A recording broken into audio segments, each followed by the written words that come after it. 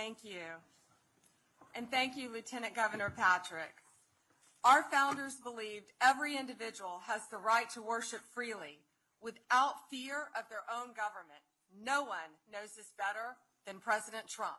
Under his leadership, we have dropped FACE Act cases against pro-life Christians, stopped the FBI from spying on Catholics, launched multiple investigations into anti-Semitism in schools, and we are aggressively prosecuting vicious crimes against Jewish Americans.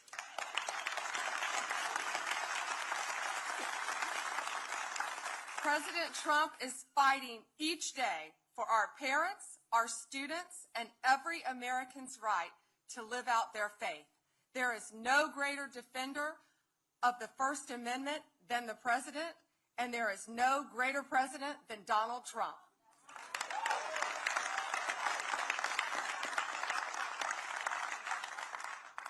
We all thank President Trump for protecting the God-given rights of every American, and it is my great honor to introduce to you the 45th and the 47th President of the United States of America, Donald Trump.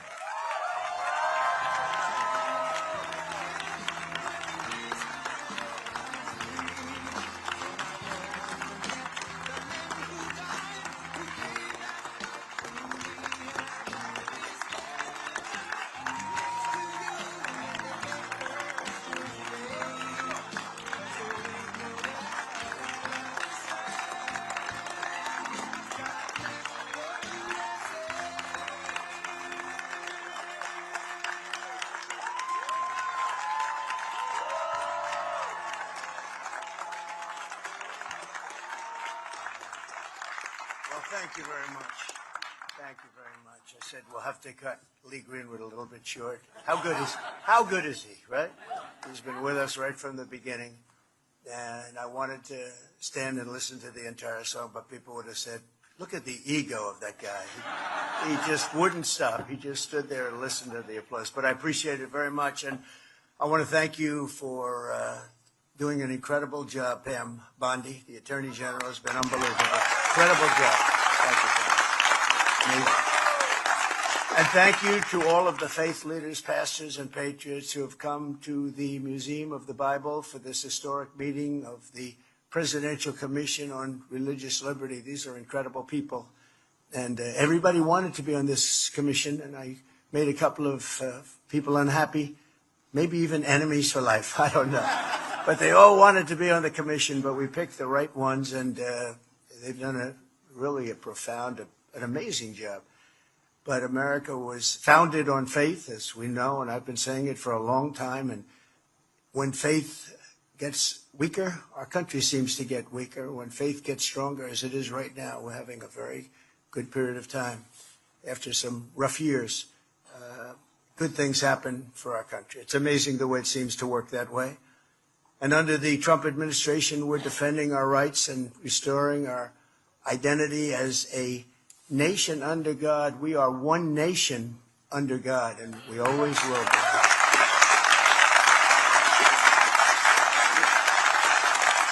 The need for this commission has never been more clear than it was last week when the ineffectual senator from Virginia, a man named Tim Kaine, stated that the notion our rights come from our Creator is, quote, extremely troubling to him. Very troubling, isn't it troubling? Isn't it terrible, though? How he would say something like that, and advocated really by a totalitarian regime. This is what they say. But as everyone in this room understands, it is tyrants who are denying our rights and the rights that come from God. And it's this Declaration of Independence that proclaims we're endowed by our Creator with the right to life, liberty, and the pursuit of happiness.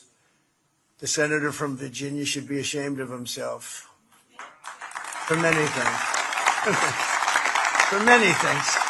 For things even beyond that. But in his own way, nothing's more important than those words. They were terrible words. As president, I will always defend our nation's glorious heritage, and we will protect the Judeo-Christian principles of our founding, and we will protect them with vigor. We have to bring back religion in America, bring it back stronger than ever before as our country grows stronger and stronger. Our country is now the hottest nation anywhere in the world. 1 year ago, our country was dead. And I say it, 1 year ago, our country was dead. We had leaders from all over the world that talked to me that say, your country's in trouble. And I just left the Middle East, King of Saudi Arabia, Qatar, UAE, a lot of the big countries. Then I was with the heads of NATO, the NATO nations, all of them. Everyone said essentially the same thing, that a year ago your country was dead and now you have the hottest country anywhere in the world. It's true. It's true in every way. But to have a great nation, you have to have religion. I believe that so strongly. There has to be something after we go through all of this, and that something is God. We go through all of this for a reason. It's not easy, believe me. But I want to thank the Commission's chairman, Texas Lieutenant Governor Dan Patrick. He's been the chairman of my Texas campaign from day one. He's been the chairman of my Texas campaign, and we went through 6 primaries, and we went through everything that we went through, and we won them all. We won everything, including 3 elections. Got the most votes in the history of Texas 3 times. Can you believe that? That's pretty good. I heard that the other day. I said, I like that. But I want to thank you, Dan. You've done a great job and very instrumental in the creation of what we're doing today, as well as a very special friend of mine, Dr. Ben Carson, so special that he's being honored.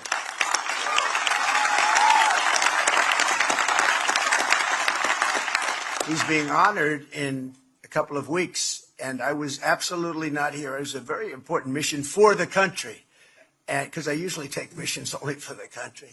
But this was for the country, and I said, I can't do that one. I'm going to go back. I'm going to be with Ben Carson at Mount Vernon. I believe it's going to be. Pretty good place, pretty good location, right, Ben?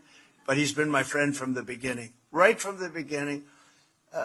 Should I tell him the story about what you said to me, Ben, the famous words? He was a very tough opponent. We were fighting it out, and we had actually 18 candidates, including me. And Ben came up to me right after the first debate. He said, you know you're going to win, don't you? And I said, no, I don't know that. I think I'm going to win, but I don't know it. 18 people, and I had never done it before. They had all done it. They were all governors and senators, talented people. He said, no, you're going to win it because God wants you to win it. Yeah? Right?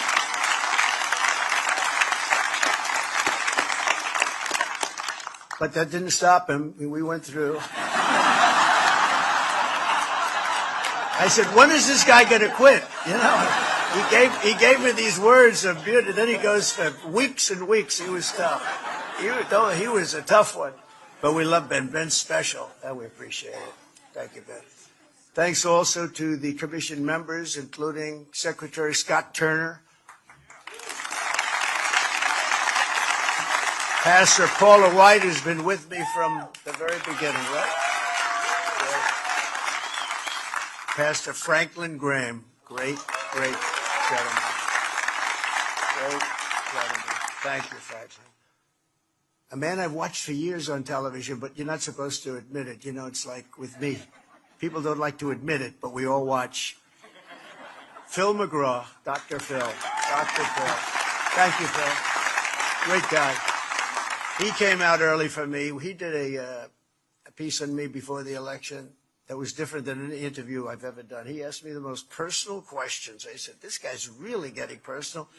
But everybody that saw it loved it, so thank you. Thank you very much. Cardinal Timothy Dolan, highly respected man. Great. You come from New York. He was in his own right the king. He was great. And we worked together in the first administration so much on going through that horrible epidemic that we went through. A couple of epidemics we had to go through, a couple of really bad ones, but we worked together, and I helped financially with your church and your schools, keeping your schools going, and it was an honor to do so. Bishop Robert Barron. Bishop, thank you very much. Appreciate it. Great job you've done. A man I watch on television a lot. He doesn't believe it, and I do. Eric Metaxas. Where is Eric? Eric? I do watch. He said, you really don't. I said, I really do. I said, you have to have more confidence in this. Your show is excellent. And he's a great guy. And he wants me to call it the Super Centennial. He said Super Centennial. And I think we're going to do that. Let's change it. I really like that idea because we call it the 250 Centennial, but it's really not. It's really just below the try, right? So we're going to call it Super Centennial then, okay? Let's do that. Will you please make the changes? All of my people that are all over the room, please make that change. A wonderful person who I've known for a long time, Kelly Shackelford. Kelly? Thank you very much. Great job. Ryan Anderson. Ryan, thank you. Congratulations.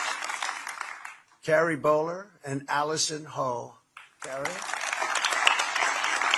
Two great people. And we're also joined by the chairman of the Faith and Freedom Coalition, Ralph Reed. There's Ralph. Ralph, you help so much. You know, Ralph, I think, hit more doorbells than anybody else I know. Millions and millions. What was the number, Ralph? 10 million. And it's true. You know, somebody else would say, well, was it really?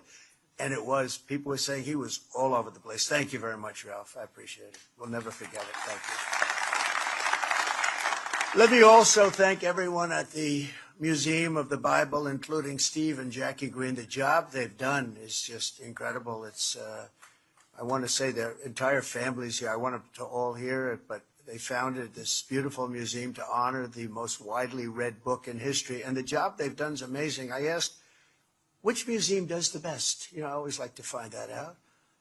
And numerous times they're saying the Museum of the Bible that more people come here than anyone else. You probably won't read that in the newspapers or the media, but this is an amazing place, and it does tremendously well, so respected. And they built it up, and it was a labor of love.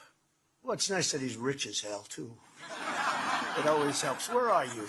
Where are you guys? Where are they? Yeah. Look at that. They don't even get good location, okay?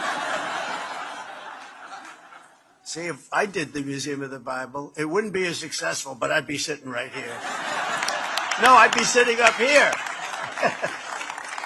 You've done a great job. Everybody's talking about it. It's I got a little involved with museums, you know, because I had a little problem with the Smithsonian. We like a little more positivity. It was all about all the bad things in our country. I said, what about the good things we've done? So I got a little involved. I got a little involved with that. And they're making, honestly, they're making changes. You know, they were also told what to do by people that came before me, in all fairness. But they're making changes. Big changes are being made at the Smithsonian. But I just want to thank the Green family because what you've done here is incredible. Thank you very much. For thousands of years, the Bible has shaped civilization, ethics, art, and literature, and it's brought hope, healing, and transformation to untold millions and millions of lives. The Bible is also an important part of the American story. That's why I'm delighted to announce that just moments ago, I personally delivered the Trump Family Bible given to me by my mother. I remember the time she gave it to me. But it was used in both my inaugurations and also display at the museum, and I guess it will now be displayed right in the heart of our nation's capital, right here, and that's an honor. That's an honor.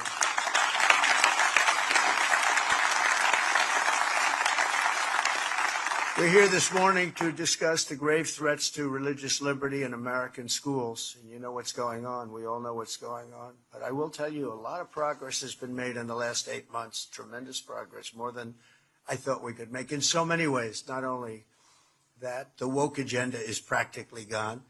It's deep-seated. We have to make sure it's out. It's very bad. It's like a weed. You think you killed it, and then it starts growing again. So we have to be careful. But it's very, very different than it was. You look at West Point, how proud they are of their heritage. They did something this week which I thought was appropriate. Some of you know what that is. Does anybody know what that is? Yeah, I like it. I like it. Oh, look at who we have over here. We have your associate, Pam, huh? Leo 2.0. Well, we have Leo here. Is he doing a good job, Pam? That's great. He's a DOJ. He's a great man. He's a great friend of mine for a long time.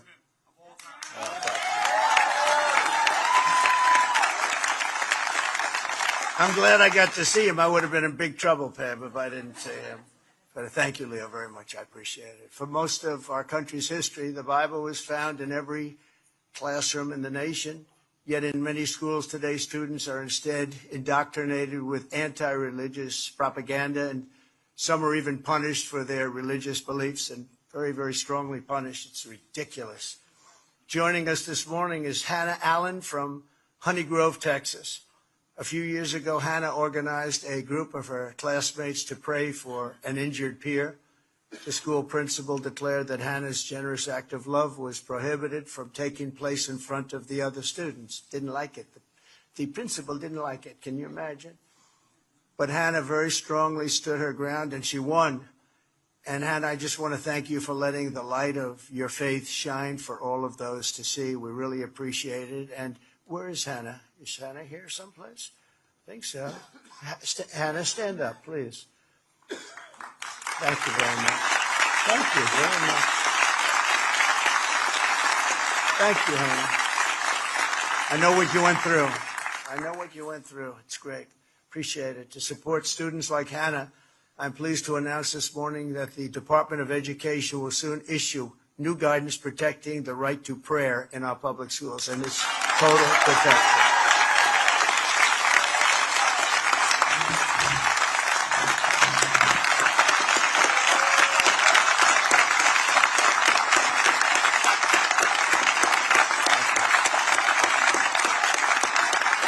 Thank you, Hannah. Great job. See what you did, Hannah? Who knew? Who knew that was going to happen, right? Thank you, darling. Also with us is 12-year-old Shay Encinas from California. Last year in 5th grade, Shay was forced to read a book to a kindergarten student promoting a message of radical gender ideology that is contrary to his religious beliefs and ours. I'd like to have Shay come up and tell the story. It's an amazing story. Shay, please come up.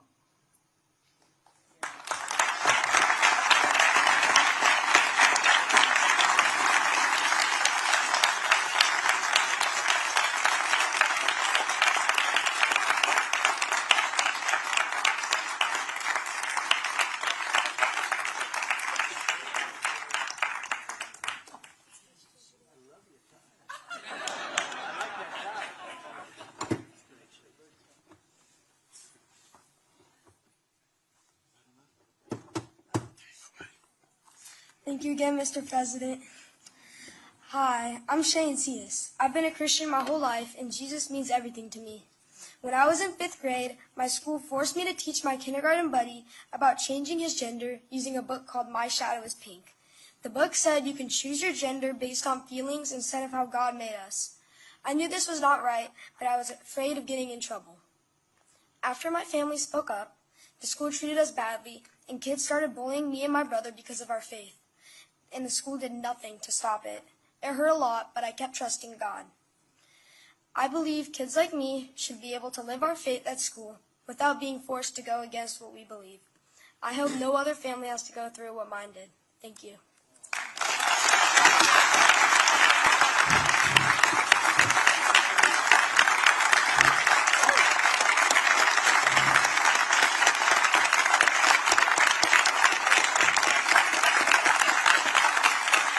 Thank you, Shay. Great job.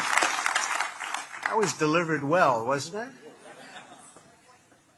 On day one of my administration, I signed an executive order to slash federal funding for any school that pushes transgender insanity on our youth.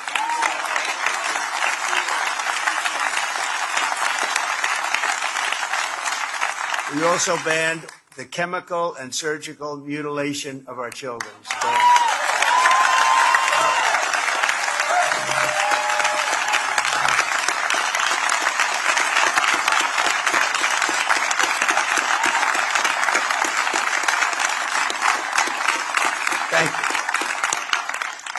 We got men out of women's sports. How tough was that? How tough. But could you imagine, seriously, I'm just thinking to myself, transgender for everybody, men playing in women's sports, all of the different things we talk about, it's insane. And if you were here 15, 20 years ago, and if somebody made a speech about transgender for everyone, I always say transgender because for everyone.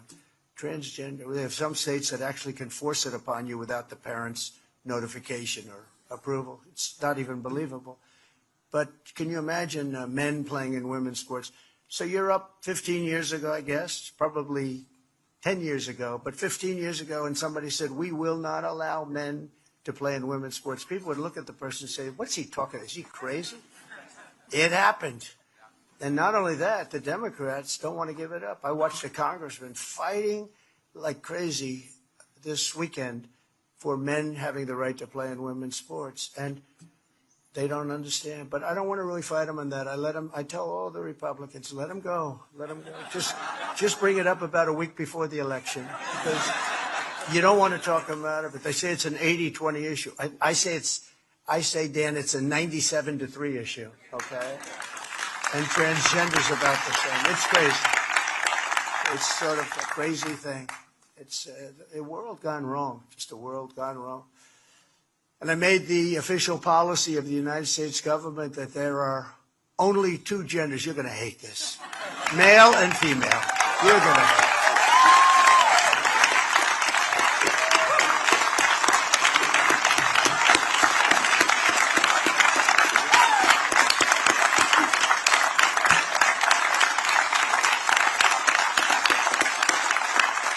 And we got rid of a very sinister thing, the Johnson Amendment, so that pastors can speak the truth that's in their hearts. You know, I'll tell you, I was in a boardroom early on. Paula was there. A couple of people in the room were there. But we had about 50 pastors, some rabbis. We had people from a few different religions. And I was just running. I'd never done it before. So it was very early in the campaign. It was in early 2016. And Trump Tower was 68 stories up in the air, a beautiful boardroom, and places loaded up with these people. And they were all excited. And then at the end, I said, I'd love to have your support. And the room went dead silent. Do you remember? It's like, I said, what happened? I know you like me. What happened? Well, would like to talk to you about it later. Anyway, I said, all right, but if we could leave and we'll have another meeting maybe, but I would love to have your support. And there was, again, no answer. And I said, well, we'll figure this out. And I went to Paula and some of the others after. And I said, could I ask you, I know when I'm doing well, when I'm doing poorly, and I was doing really well.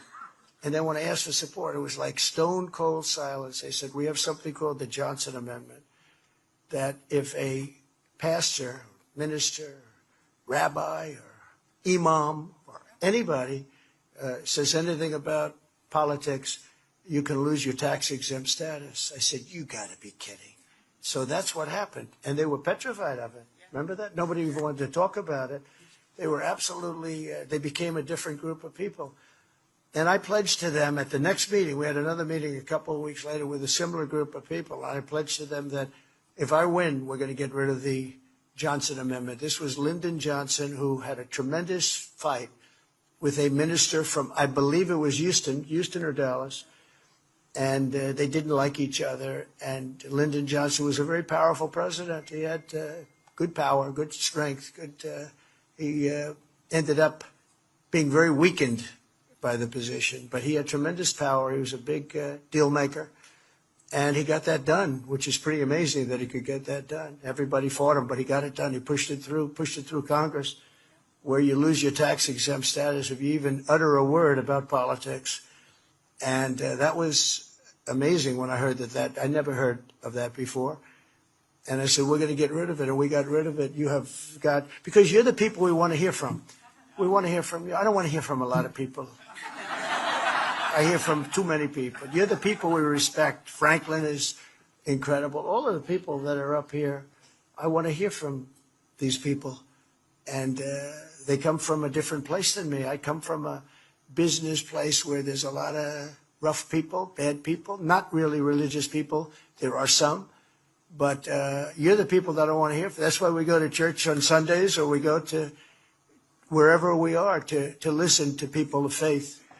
And it was horrible. I said, you mean, when I heard that, and I said to the other people, that means that you should be the most powerful people on earth, in a sense, and yet you have less power. And I pointed down to Fifth Avenue, which was 68 stories below, and I said, that means that anybody on Fifth Avenue, in theory, has more power than you do. And that's not the way it's supposed to be. It's supposed to be the opposite. We have to give your voices back. And I've given you voices back, and that's one of the reasons that we see upticks now, I think, in religion. So it's very important. Remember that moment when I said, I'd love to have your support, ladies and gentlemen? And it was like dead silence. I said, there's something going on. And we figured it out. We did something about it. So thank you. Thank you very much to Paula White, too. But upon taking office, I also ended the weaponization of law enforcement against religious believers and pardoned the pro-life activists thrown in jail by Joe Biden for saying that.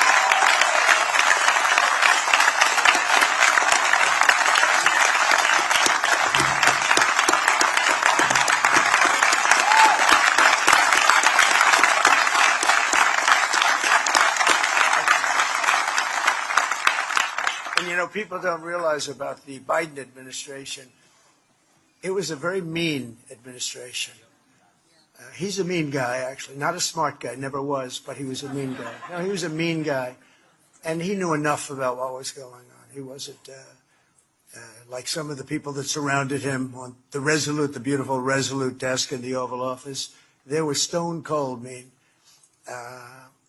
Joe Biden and the Biden, they were mean people. What they did to people, what they did to J6, what they did to so many people, they were mean people. These were really radical, horrible people. And he wasn't that way 20 years ago. He was never the brightest bulb in the ceiling, but he was a man who wasn't overly mean that I saw, but boy, he became really mean, and his administration was one of the meanest we've ever had, and that's why they're out of here. And people, they're having a hard time getting jobs, and that's the way it should be, because they were bad. They did tremendous disservice to this country, including allowing 25 million people from jails, from prisons, from mental institutions, drug dealers, all over the world. They were entered our country from jails. The prison population of Venezuela was emptied out into our country.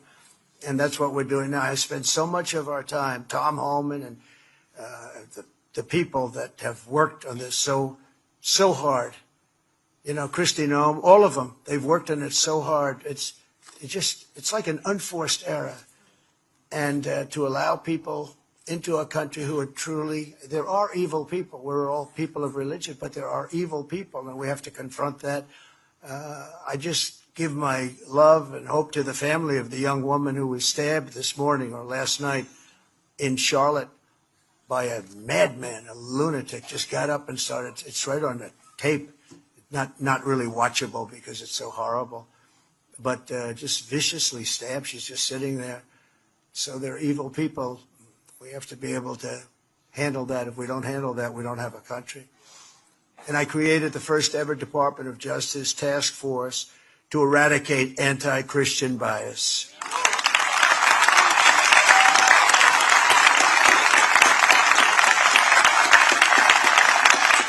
And for those people that are a little bit naive or not well-read, there is a tremendous anti-Christian bias. We don't hear about it. We don't think about it. You hear about anti-Semitic, but you don't hear about anti-Christian. Now, you have a strong anti-Christian bias, but we're ending that rapidly, I will tell you. It's a whole... We're in a much different world today than we were 1 year ago. This is like a different world. And to support parents' rights, we're fighting, as you know, for school choice, which most people want. Most people want it. I'll tell you. Dan was responsible for getting it along with the governor of Texas. They got it in Texas, and we helped you a little bit. They needed about 20 votes from the legislature. He said, could you make a phone call to whoever they were, the legislators, who I like a lot. But they were about 20 votes short, and they have been for about 10 years. I said, all right, let's give it a shot. So I gave a big talk to who were they, senators? They Or? were House members, but you also helped us defeat about 15 anti-school choice people. That's in the right. last election. We defeated a lot of anti-school choice. But anyway, he got it done. So congratulations. That was a big accomplishment. But as part of our tax cuts, we've created a massive tax credit for school choice scholarships so that you can send your child to a school that shares your values, and you get tax credits and all sorts of good things happening. And I'm also taking action against anti-Semitic and anti-Christian bias in our institutions of higher learning. You've been watching that play out. They're making very substantial settlements. And Leo's involved, and Pam Bondi's involved. We've launched... You know, we're getting hundreds of millions of dollars in settlements, Pam, and Leo called me up, "Sir, you can do better than that." I said, "What am I going to do?" I'm going to get one way he really likes it. But he always says, everyone else says, "That's amazing," except for Leo. He says, "Sir, you could have gotten more." Oh, good. Thanks, Leo.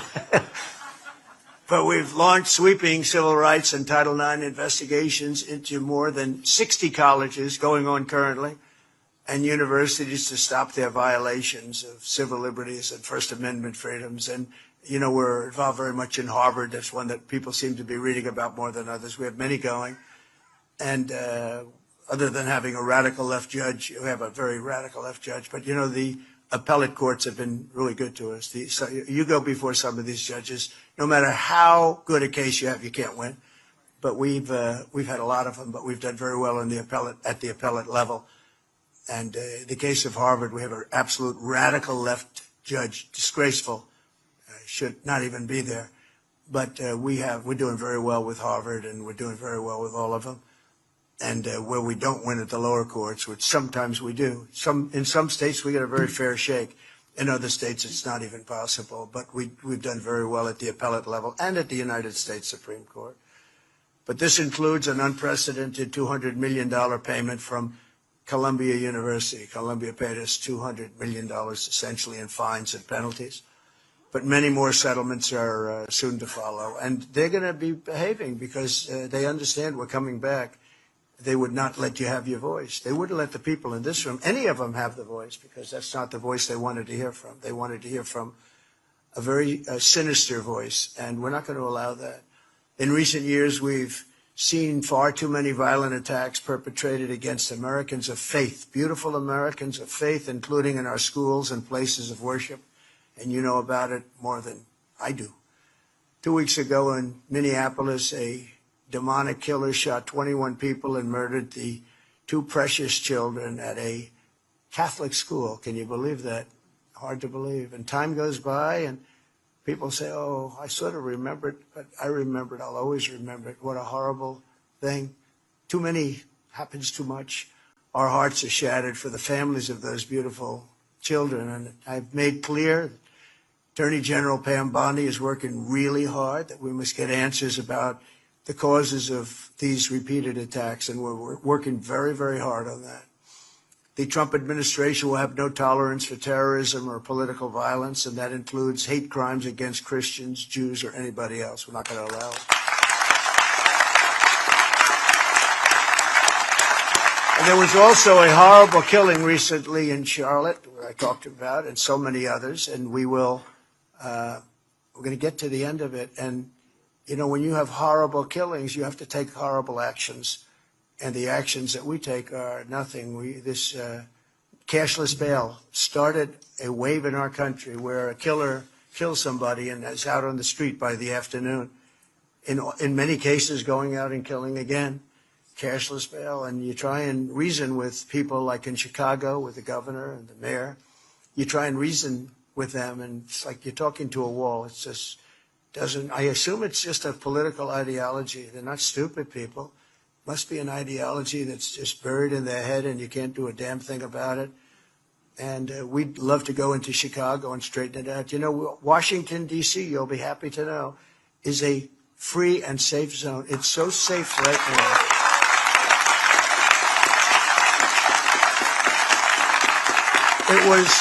It was one of the most dangerous. Can you believe it? So, you see the beautiful buildings, but we're going to also do an upgrade because a lot of the beautiful buildings have a little graffiti on them. They have roads that aren't proper. They have medians that are bad and falling down into the road, the dividers. We have things that we have to take care of and beautify. We want to beautify it. Very little work will be done. I'm very good at that. That's what I really did the best in life, probably. I said, was I a better builder or politician? They said, I think you were a better builder, sir. I said, I didn't know if I was happy about that or not.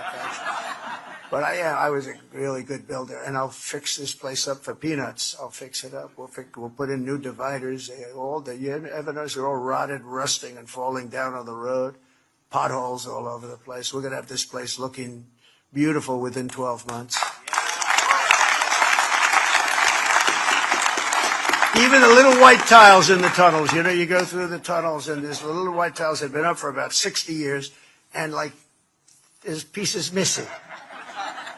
And you can't match them, believe me, you can't.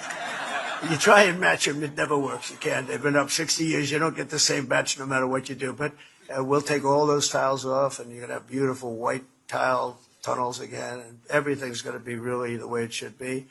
Because when foreign leaders come, I had to take down the tents. We had over 58 tent cities that we took down right in the middle of our parks, right next to our great buildings, Supreme Court. You'd have a tent city right there, and nobody would ever tell them to do it. We had a blue tent right on Lafayette, and they seemed to have a permit. And one of the fake news media was asking me the other day, what about the blue tent? What blue tent? Because all the tents you got, somehow these people were very well connected with the communist cause. And I said, there's a tent up there? Really? Yeah. And he was a friendly reporter for a change. He said, it's terrible that the tent. I said, I didn't know that. I'm surprised. And I checked, and there was. And we got it down very quickly. It's down. It's down. Wasn't easy. People chained themselves to a tree and this and that, but that's okay. They can chain themselves if they want. That was a tough one. It's been there for years. It's been there for many years. We took it down. Came down very quickly, Pam. So I hope Attorney General Bondi will be looking into some of these things, and I really know that some of them she is. She's done such an incredible job. She's got a lot of pressure on her not to do these things by a certain group of people that I guess don't love our country, or there's some ideology that they're just indoctrinated with. But she's going to do a fantastic job, and we're waiting for a call from Chicago. We'll fix Chicago. And again, D.C. is right now so safe you can go out. Friends of mine called, one in particular, he's been in D.C. for a long time.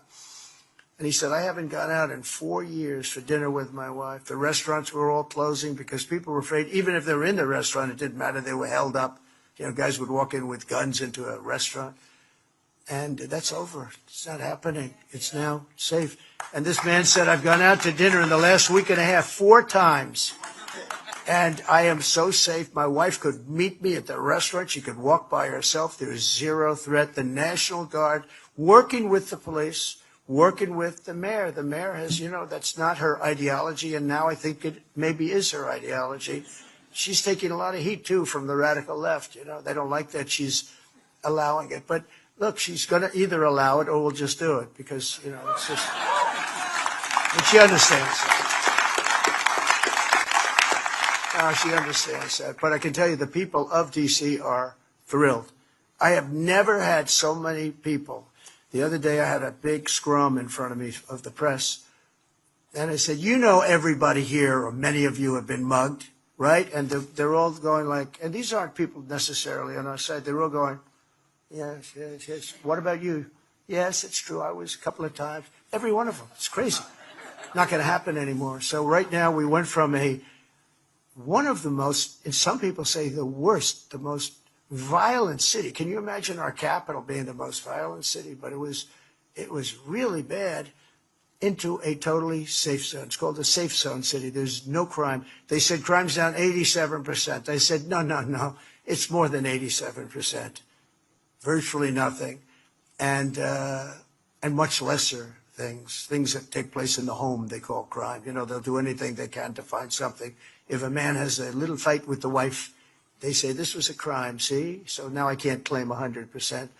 But we are a safe city. You can walk to a restaurant. You can walk to the White House if you work there. You can walk to the Capitol. And even the Democrats say, I can't believe it, but they don't want to admit it, but I can't believe it. We could do the same thing in Chicago, New York, Los Angeles. We did it. We saved Los Angeles. We saved Los Angeles, Dan. You know that. Los Angeles was a mess. If we didn't send our troops in, Gavin Newsom would have had a real problem. We sent our troops. The head police officer, the top person, said we could have never done this alone. We sent our troops right in at the beginning, and we killed it. And it was nasty, but we killed it immediately.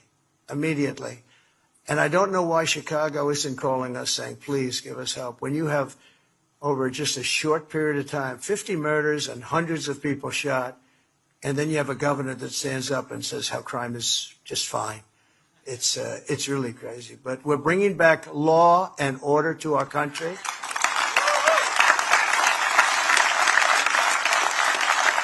And I began my remarks today by noting that the reverence for our Creator, I mean, we have reverence for our Creator, and it's inscribed into our Declaration of Independence, a copy of which I have very proudly hanging in the Oval Office, an original copy, very old, beautiful copy. Next year, we will celebrate 250 years since that declaration was signed as part of the grand.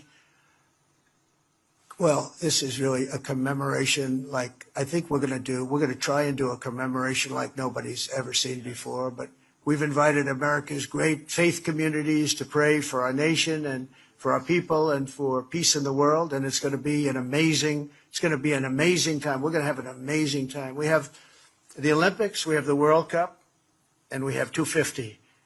Okay, the super centennial, as our man would say.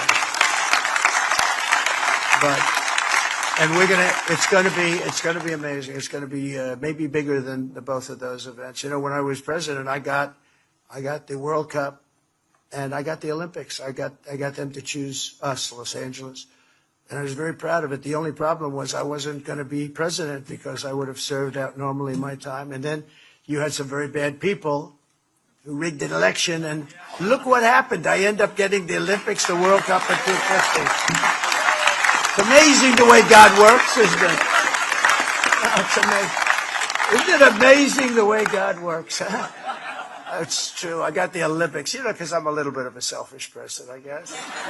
I said, I got the Olympics, and Obama would not call. I'll never forget, the head of the Olympic Committee called, and the mayor of Los Angeles called me, and he said, sir, the president will not talk to them. You know why? Because he traveled to Geneva or wherever to make the presentation, and he came in fourth. Now, a president shouldn't do that. A president should say, I will do that. I will make that journey, which has never been made before. But if I make that journey, you have to pick me. He didn't do that. That's why we had a country that was going to hell, because he didn't do a lot of things like that. So he ended up sitting there, and they announced that we're fourth. We were like almost last. And so he didn't like the Olympic Committee too much. So he refused to talk to him. So I get a call from the mayor of Los Angeles, who said, please, sir, would you call? We're ready to get it. And I spoke to a gentleman, and I believe it was Geneva, wherever they are. And I couldn't get him off the phone. He was so dying for love. He finally got something. Anyway, and he agreed that the Olympics would come to the United States, and I was so proud of it. And then I realized even then, I said, I'm not going to be the president. And then the World Cup, we got the World Cup. I did that one, too, with Johnny, and got the World Cup, and I said, I can't believe it. Can you hold it a little sooner, sir? It's all given out at all these different places. So I wasn't going to get that either. And now I got them both. And I can't say that I created 250. That one we have. I'd like to say I created 250 years. I can't say that. But we are going to create a great party and a great celebration. And I'd like to ask a very good friend of mine, Secretary Scott Turner, to come up and say a few words about some of the things we're doing. And Scott, please take it away.